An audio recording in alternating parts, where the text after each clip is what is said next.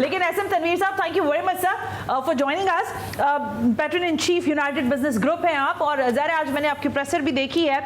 आप लोग बड़े मुझे लगता है कंसर्न तो है ही, लेकिन अब आप लोग डिसहार्ट भी होते जा रहे हैं, क्योंकि अगर आप ये फैसला कर बैठे कि भाई हमारी इंडस्ट्रीज क्योंकि नहीं चल रही हैं और हम आगे कारोबार नहीं कर सकते, तो मुझे ये खदशा हुआ कि कहीं ऐसा तो नहीं है कि यहाँ से आप लोग रोल बैक करने का सोच रहे हैं। SM Tanveer sahab, what you have this strategy for मतलब these kind of circumstances which we are facing?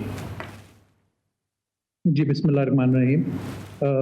जैसे आपने बात की, आपने सुना है, मेरे को आज भी सुना। इशू ये आ रहा है कि इस वक्त ऑलरेडी 25% हमारी इंडस्ट्री बंद हो चुकी है। अगर आप वापडा का और एसएनसीपीएल का रिकॉर्ड निकाल लेंगे तो आपको समझ आ जाएगी कि लोड ऑलरेडी कम होना शुरू हो गया। 25% ऑलरेडी कम हो चुका है और कंटिन्यूसली बंद हो रही है।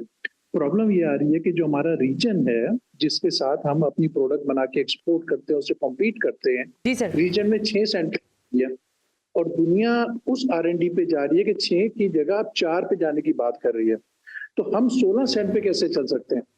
तो हमारी इंडस्ट्री बिल्कुल भी नहीं चल रही है। इंडस्ट्री कंटिन्यूसली डाउनवर्ड ट्रेंड है और एक्सपोर्ट भी गिर रही है हमारी। अगर हम स्टैंड नहीं लेते तो फिर तो ये इंडस्ट्री तो कब्रिस्तान बन गई। और वंस इंडस्ट्री अगर लोहे के भाव बिक गई तो खत्म हो गई ना, गेम इज ओवर। अब देखिए, पिछले टर्नओवर में एक टर्फ स्कीम आई थी। मैं आपको अगर सिर्फ टेक्सटाइल की मिसाल दूं तो $19 बिलियन की एक्सपोर्ट थी, टर्फ स्कीम आ गई, $5 बिलियन की इन्वेस्टमेंट हुई, तो सिर्फ टेक्सटाइल की एक्सपोर्ट ने 26 बिलियन पे जाना था। आज टेक्सटाइल ही 14-15 पे वापस गिर गई है। तो मेरे पास इस वक्त आप कम से कम $6-7 बिलियन का इस वक्त पड़ी हुई इंडस्ट्री, जिसको आज आप सही रेट पे बिजली दे दें, इंटरेस्ट रेट ठीक कर दें, तो हम आपको इस साल ही अपनी एक्सपोर्ट बढ़ा के दे सकते हैं।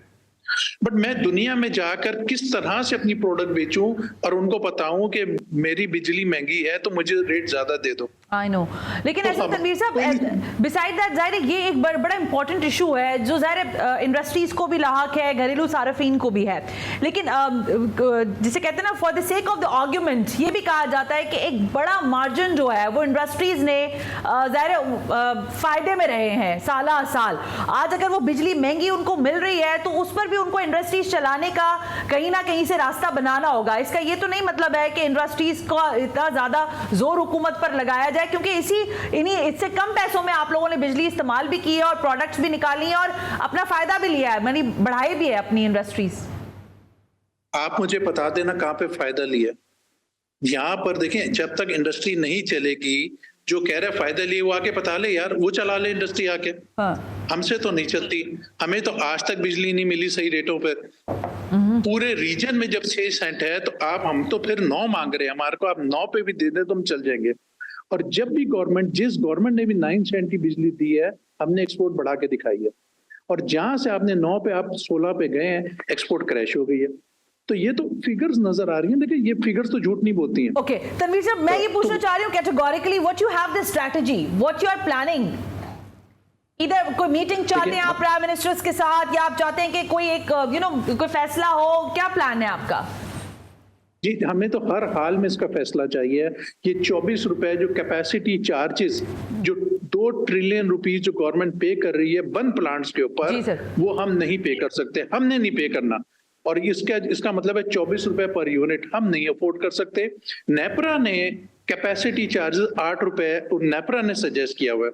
अब आप प्लांट बंद करके हमारे से लेना चाहते हो, हम इसको अफोर्ड किसी हाल में नहीं कर सकते हैं। इसका गवर्नमेंट ने हल निकालना ही निकालना है एट एनी कॉस्ट।